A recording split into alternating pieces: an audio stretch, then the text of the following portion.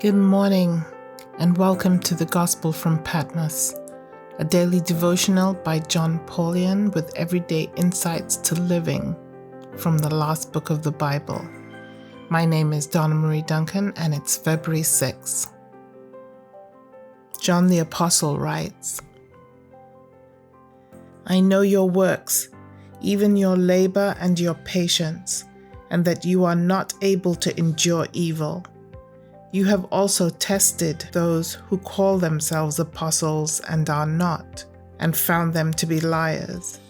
You also have patience and have endured hardship because of my name, and have grown weary. Revelation chapter 2, verses 2 and 3. Here, Jesus uses two different Greek words to express the idea of patient endurance and enduring hardship or difficulty. In a sense, the words express two different ways of saying the same thing. But put the two concepts together, and we have the combined sense of moving on when you cannot advance anymore, or of continuing to carry a burden when the weight is pressing you down. It is a combination of the English word patience with the English word endurance. I remember a time when my family was visiting relatives in Denver area. We decided to drive up the road to the top of Mount Evans, a 14,000-foot peak in plain sight outside the mile-high city of Denver. The drive was beautiful, even though the weather at the top was blustery and cold. On the way down, people expressed an interest in hiking a bit to get close to the scenery.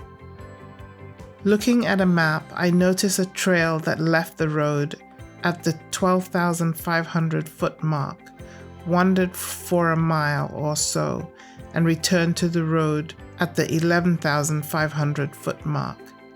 I had a brilliant idea. We could park the car by the trailhead and hike down together to the next turnout in the road. Then I'd walk back to the car and pick everyone up.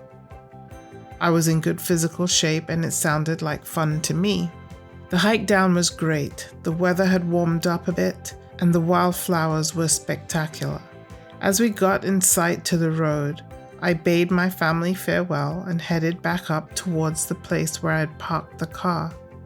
It was only 1,000 feet further up, and I hurried so as not to keep the family waiting below.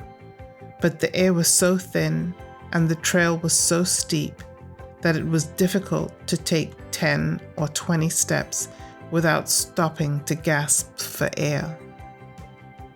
My heart was pumping at 180 beats per minute, even though I was walking at a snail's pace.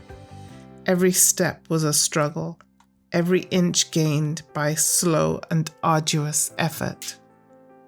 The easiest thing would have been a short siesta, but I patiently endured, knowing that my family was waiting below.